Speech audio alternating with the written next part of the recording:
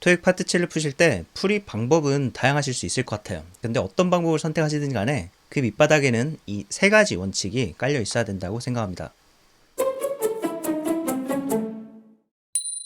1번, 같은 문장을 읽고 또 읽고 또 읽고 여러 번 읽어야 되는 상황을 만들지 않기.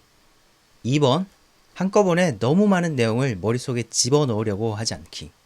3번, 아무 목적 없이 글을 읽지 않고 읽어야 되는 목적을 가지고 그 목적에 충실해서 읽기.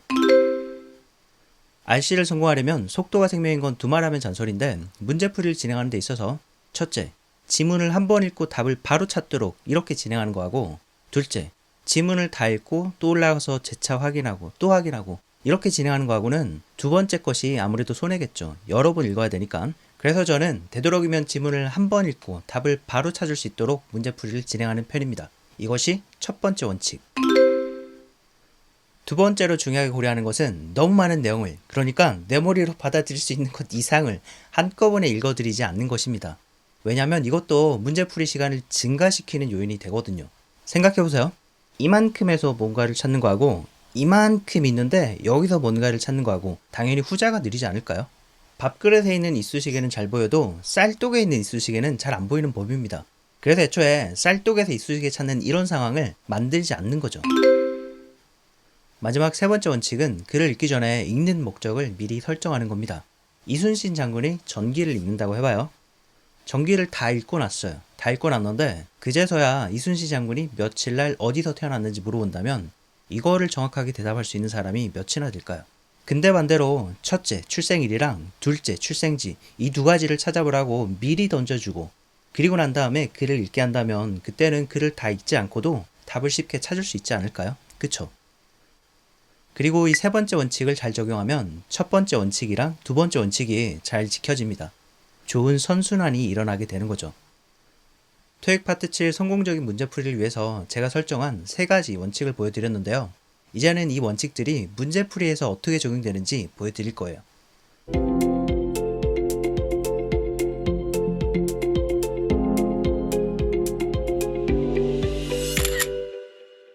여기 보이시는 것은 웹페이지하고 이메일, 기사문으로 구성된 다중 지문인데요. 이 지문을 접하면은 제가 제일 먼저 하는 일은 첫 문제를 읽어보는 것입니다. 이건 바로 세 번째 원칙, 원칙 3을 따라서 글을 읽기 전에 읽어야 하는 목적을 미리 설정하기 위함이에요. 196번 According to the web page, 이 첫 번째 글, 웹페이지에 따르면 What did Miss Garza receive before joining a professional team? Garza라고 하시는 분이 전문팀에 조인하기 전에 받은 것이 뭐냐 이걸 물어보는 문제네요. 그러면 우리가 이 글을 읽는 첫 번째 목적은 대체 이분이, 가자라고 하시는 분이 무엇을 받고 나서 전문팀에 조인하게 됐는지 이거를 밝혀내는 것입니다.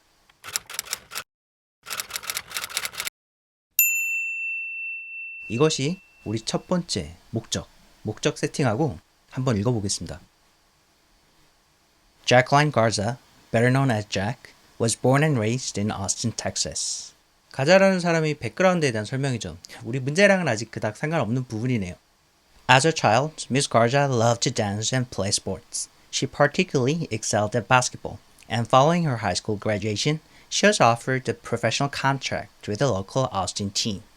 오, 여기서 뭔가 좀 나오려고 하는 것 같은데 오퍼는 받았지만 아직 그 팀에 참가했다는 말은 안 나왔어요. 조금 더 읽어보죠. However, she chose to pursue a university degree in economics instead. 아, 팀에 합류하지는 않고 대학교를 먼저 갔군요. After completing her degree, Miss Garza admitted she was still happiest playing basketball and finally joined the Austin team. 대학교 학위를 받고 팀에 입단했네요. 그러면 전문팀 입단 전에 받은 것은 A university degree. 어떠세요? 이 글을 왜 읽는지에 대한 정확한 목적이 있었기 때문에 쓸데없는 디테일에 치중하지 않고 속도감 있게 글을 읽을 수 있었죠. 그리고 답이 나오자마자 읽는 것을 멈출 수가 있어서 필요 이상으로 많은 지문을 읽지도 않았어요. 문제가 뭔지 모르는 상태에서 이 글을 읽었다면 1문단에서 멈추지 않고 2문단까지 다 진행한 후에 그제서야 196번 문제를 읽을 수도 있었고 그랬다면 다시 1문단으로 올라와서 답의 근거 부분을 다시 확인했어야겠죠. 하지만 우리는 문제를 먼저 알았기 때문에 이런 쓸데없는 에너지 낭비, 시간 낭비를 하지 않고 답을 빠르고 정확하게 찾을 수 있었어요. 자, 이렇게 첫 문제 답을 찾았습니다. 그러면 그 다음에 해야 될 일은 뭘까요? 괜히 다음 문단이 있으니까 아무 목적 없이 무작정 이 문단을 이어가기 쉬운데 그렇게 하시면 안 됩니다. 읽기 전에는 항상 목적이 있어야 하는 거잖아요. 처음 설정했던 목적 196번 답찾기라는 이 목적을 달성했으니까 추가적인 새로운 내용을 읽기 전에 우리는 새로운 목적을 세팅해야 합니다. 그걸 위해서는 다음 문제 197번을 읽고 그 문제가 뭔지에 따라서 조금 이상하게 들릴 수도 있는데 1지문에서 남은 부분을 그냥 건너뛰고 2지문으로 바로 넘어갈 수도 있습니다. 197번 문제를 한번 확인해 볼까요? Why does Miss Wyatt consider Miss Garza a suitable celebrity endorser? 느닷없이 Wyatt이라는 사람이 나오고 이 사람이 1지문에 등장했던 가자 씨를 왜 유명 홍보인으로 적절하다고 생각하는지 물어보고 있죠. 와이엇 씨 이름을 찾아보면 이분은 1지문에는 보이지 않고 2지문, 이 이메일을 보낸 사람입니다. 지금 보시는 이런 다중지문, 지문 3개를 보시면서 푸시는 거죠. 이런 2중, 3중 지문은 연계 문제를 포함하고 있습니다. 그렇기 때문에 197번 답의 근거가 그냥 두 번째 지문 이메일에서 그대로 고스란히 나올 수도 있지만 두 번째 지문에는 그냥 연결고리만 들어가 있고 그거를 첫 번째 지문이나 세 번째 지문에 있는 정보로 채워야 될 수도 있습니다. 그러면 여기서 딜레마가 생기죠. 1지문 2문단을 읽고 여기에 그 연결 정보가 들어가 있을 수도 있으니까 그런 다음에 2지문으로 넘어갈지 아니면 이 와이엇이라고 하는 사람은 어차피 2문단에는 나오지도 않았거든요. 그래서 그냥 1지문 2문단은 안 읽고 건너뛰고 바로 2지문 이메일로 갈지 저는 항상 후자를 선택합니다. 이유는 두 번째 원칙 때문인데요. 2문단을 읽고 이메일로 넘어가면 머릿속에 쌓이는 내용이 많아집니다. 1문단 내용 전체가 제 머릿속에 들어가게 되거든요. 아까 말씀드렸던 비유를 가져오자면 머릿속에 쌀떡을 짓고 계시는 거예요. 밥그릇이 아니라 쌀떡. 너무 많은 정보. 반면에 이 문단을 스킵하고 안 읽고 이메일로 바로 넘어가면 기억해야 될 텍스트 양이 훨씬 줄어들죠. 머릿속에 들어가 있는 텍스트 양이 정보량이 작기 때문에 판단은 더 빠르고 더 정확해집니다.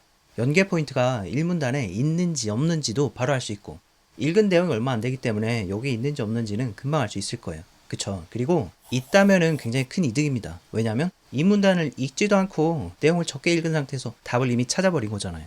근데 그 연계 포인트가 1문단에 없다 하더라도 그 없다는 사실조차도 더 빠른 판단이 가능합니다. 그러면 헤맬 필요 없이 2문단으로 고민 없이 바로 가서 연결 정보를 거기서 찾을 수 있을 거예요. 자, 한번 해보겠습니다. 2문단을 건너뛰고 이메일로 바로 가서 와이엇 씨가 가자 씨를 왜 마음에 들어 하시는지 한번 찾아볼 거예요.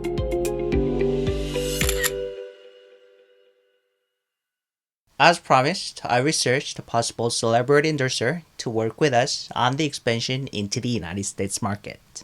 Jacqueline Garza is a professional basketball player from Austin, Texas, with an interesting background. 흥미로운 백그라운드라? 벌써 분위기가 여기서 뭔가 나올 것 같죠? 아마 이 흥미로운 백그라운드 때문에 자사 유명 홍보인으로 선정하고 싶어 하는 걸 거예요. Her non-profit foundation, which focuses on children's literacy, had a natural connection to our products at Bamboo. 가자 씨가 운영하는 비영리 재단이 우리 회사 제품하고 자연스러운 커넥션이 있다. 와, 이것이 이유네요. 이 커넥션 때문에 가자 씨가 우리 회사 제품 Celebrity Endorser 이 대줬으면 하는 거잖아요. 보기를 보면은 비랑 씨는 가자 씨가 운영하는 비영리 재단하고 전혀 관련이 없죠. 그래서 쉽게 소구할 수 있습니다. 근데 이걸로만은 답이 확실히 결정되진 않아요. 그렇기 때문에 이 이지문에서 제시한 이 커넥션에 대한 이 내용을 조금 더 구체화시켜야 됩니다. 우리가 아직 모르는 정보가 있거든요. 가자 씨가 운영하는 이 비영리 재단이 무슨 일을 하길래 그리고 이 회사는 무슨 제품을 팔길래 이 둘 사이에 자연스러운 커넥션이 있다고 하는 걸까요? 이 내용을 1지문이나 3지문에서 찾아가지고 메꿔줘야 하는 거죠. 여기서 바로 아까 1지문 2문단을 읽지 않고 건너뛴 것이 도움이 됩니다. 1문단만 읽었기 때문에 2문단까지 1지문 전체를 다 읽었을 때보다 읽은 내용이 더 확실히 기억되고 있고 그래서 1문단에는 비영리 재단에 대한 언급이 하나도 없었다는 거를 바로 판단할 수 있어요. 그래서 헤맬 것 없이 2문단으로 바로 갈 수 있는 거죠. Miss Garza is known for her skill and speed, as well as her kindness and team spirit. Off the court, she founded an organization. 와, 여기서 내용이 나오기 시작하네요. 단체를 설립했다? Called Reading as a Breeze. This organization provides resources to libraries that receive limited funding for print and audio books, young adult periodicals, and digital reading devices. It even provides glasses to children. 와, 안경도 준다고 하네요. 이게 바로 보기 A의 내용이었죠. Her charity, 그녀의 자선단체가 distributes eyeglasses. 이 말 자체는 참이긴 한데 이것이 가자씨를 홍보대사로 발탁하고 싶어하는 이유인지는 잘 모르겠죠. 가자씨 자선단체에서 이 안경을 주는 것이 무슨 관련이 있길래, 이 회사랑 무슨 관련이 있길래 홍보대사로 발탁한다는 걸까요? 이런 생각을 하면서 세 번째 지문으로 눈을 슬쩍 돌리면 다행히 그 정보가 세 번째 지문 시작하자마자 나옵니다. 5월 11일 어스틴 발 기사고 Bamboo, 이 회사를 동격으로 설명하는 구절이 있습니다. The French Designer Eyewear Company. 아, 명품 안경회사네요. 자기네들이 안경회사니까 가자씨가 하는 이 자선활동, 안경을 나눠주는 이 활동이 본인들하고 자연스러운 커넥션이 된다고 하는 거네요. 그래서 정답은 A. 198번. What does the email suggest about Mr. Roy? 로이라고 하는 사람은 이메일을 보내는 사람도 받는 사람도 아니고 이메일 중간에 등장하는 사람입니다. 아까 읽었던 부분에서 로이 씨 등장하기까지는 갭이 좀 있지만 한 지문 안에서는 건너뛰지 않고 읽는 것을 추천드립니다. 이 중간 부분은 198번하고 직접적인 관련은 없을 가능성이 굉장히 커요. 그렇더라도 이 부분을 스킵하지 않고 읽어 내려가면서 로이라는 사람이 있는 쪽으로 내려옵니다. You can learn more about her. 그녀라는 거는 가자씨를 얘기하는 거겠죠. By visiting her website. 어디.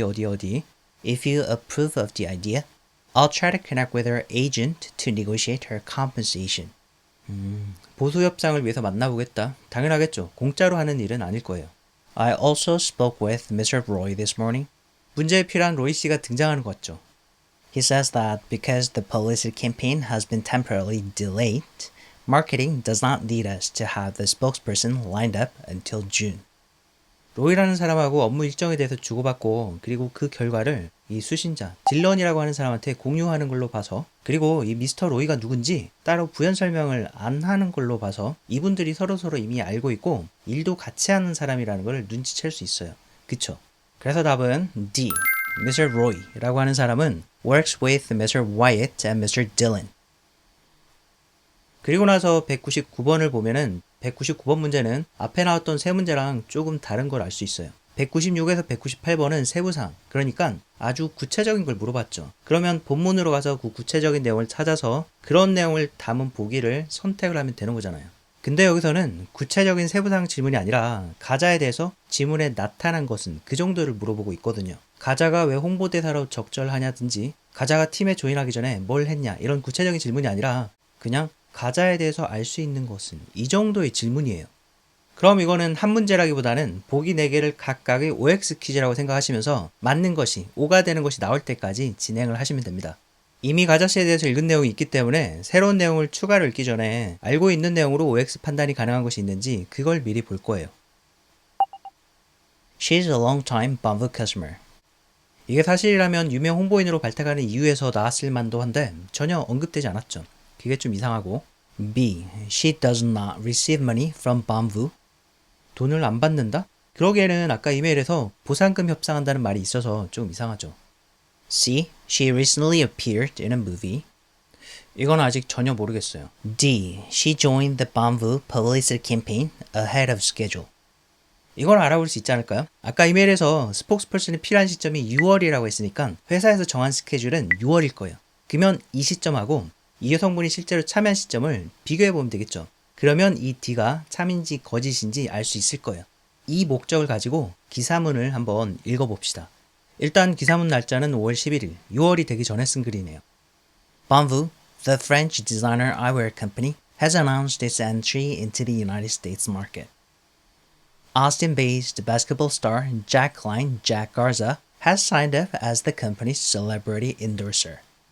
기사가 나온 시점 5월 11일에는 이미 홍보대사로 일하기로 사인을 한 상태입니다. 원래 일정은 6월이었는데 A video clip featuring Ms. Garza announcing the collaboration was released on Monday. 공식 활동을 이미 시작한 걸로 볼 수 있겠죠? 그래서 답을 D로 결정하고 그러면 이제 문제가 하나 나왔는데 세부사항 문제면 좋겠지만 그렇지 않고 또 글에 나타난 것은 이거를 물어보는 문제네요. 그러면 또 이 보기들을 4개 각각의 OX 퀴즈라고 생각하고 접근하셔야겠죠. 이 회사에 대해서도 마찬가지로 알고 있는 것이 좀 있으니까 그걸로 해결되는 것이 있는지 미리 볼 거예요. A. The number of years it's been in business. 회사가 몇 년 됐는지는 아직 안 나왔고. B. the location of its head office. 본사 위치도 아직 안 나왔습니다. C. the slogan, D. the price. 이런 정보들도 아직 안 나왔죠. 기사문을 좀 더 읽어봐야겠네요. And a full line of advertisements will be rolled out next week.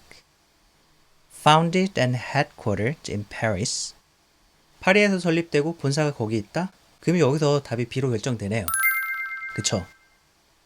그러면 답을 다 찾았으니까 읽던 문장만 마무리하고 나머지 지문은 더 이상 읽지 않습니다. 물론 학습이 목적이라면 끝까지 한 글자도 빠짐없이 공부해 주셔야 하지만 시간이 촉박한 시험장에서는 딱히 읽지 않고 넘어갑니다.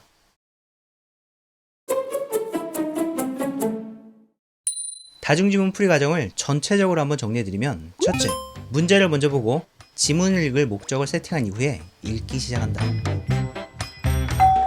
둘째, 오늘 풀어본 문제들은 순서대로 착착 잘 풀렸는데 만약에 답이 안 잡히는 문제가 중간에 껴있다. 그러면은 그 한 문제만을 위해서 지문을 너무 많이 읽지 말고 소거할 수 있는 보기를 소거한 이후에 다음 문제로 넘어간다. 사실 아까 197번 문제를 풀 때 1, 2지문에 나와 있는 정보만으로 A가 답이라고 확실하게 결정되지는 않았어요. 근데 마침 필요한 정보가 3지문 시작하자마자 있었기 때문에 금방 결정할 수 있었죠. 근데 만약 그렇지 않고 그 정보가 3지문 초반에 바로 나온 것이 아니라 3지문 중간이나 후반에 숨겨져 있었다면 저는 이 문제를 바로 해결하기보다는 B, C 보기만 소거한 상태로 일단 다음 문제로 건너뛸 거예요. 그리고 198번을 먼저 해결한 후에 199번으로 가면 199번하고 200번을 풀기 위해서는 그 기사문을 어차피 읽어야 되거든요. 197번은 그때 한 번에 해결하는 거죠. 그리고 3번. 근데 일단 답이 찾아지면 지문 읽기는 그 자리에서 중단하고 다음 문제를 바로 확인해야 됩니다. 그래야 지문에서 새로운 부분을 읽어야 할 새로운 목적을 미리 세팅할 수 있고 읽는 목적이 있어야지 지문 읽을 때 그 목적 중심으로 내용 정리가 잘 되고 답도 더 빨리 찾을 수 있습니다. 그리고 이 새로운 문제에서 어떤 정보를 요구하느냐에 따라서 읽던 지문을 미처 다 마치지도 않고 그냥 다음 지문으로 바로 넘어가기도 했었죠. 그래야지 쓸데없는 디테일이 내 머릿속에 뒤죽박죽 너무 많이 입력되지 않고 내 머릿속에 있는 정보량이 간결할수록 판단은 빨라집니다. 이렇게 진행하다 보면 예를 들어 빠른 보기가 답으로 결정된 경우에 보기 A, B, C, D가 있는데 A가 확실한 답이다. 그러면 나머지 보기 B, C, D는 오답일 거잖아요. 그렇다면은 B, C, D는 딱히 읽지 않아도 되기 때문에 거기서 시간을 절약할 수 있고 또 문제를 다 풀었는데 지문에서 읽지 않아도 되는 부분이 발생하기 때문에 여기서도 시간을 절약할 수 있죠. 그리고 무엇보다 이 방법이 같은 글을 두세 번 반복해서 읽게 되는 것을 방지해주기 때문에 여기서 시간이 아주 많이 절약됩니다. 건너뛰는 지문이 있을 경우에 마음이 편치 않은 학생들도 있을 거예요. 여기에 어떤 내용이 있는데 내가 그걸 못 보고 지나치는 건 아닐까 이런 걱정? 혹시 그 내용 때문에 내 답이 틀리지는 않을까 이런 걱정? 그런데 여러분, 만약에 틀리신다면 딱히 그래서 틀렸다기보다는 애초에 답을 잘못 결정하신 경우가 대부분입니다. 판단 미스를 하신 거죠. 여기까지 읽었을 때는 100% 답이었던 것이 조금 더 읽었더니 답이 전혀 아니게 되더라. 이런 경우는 거의 없어요. 가끔씩 있기는 합니다. 1년에 한 번 정도.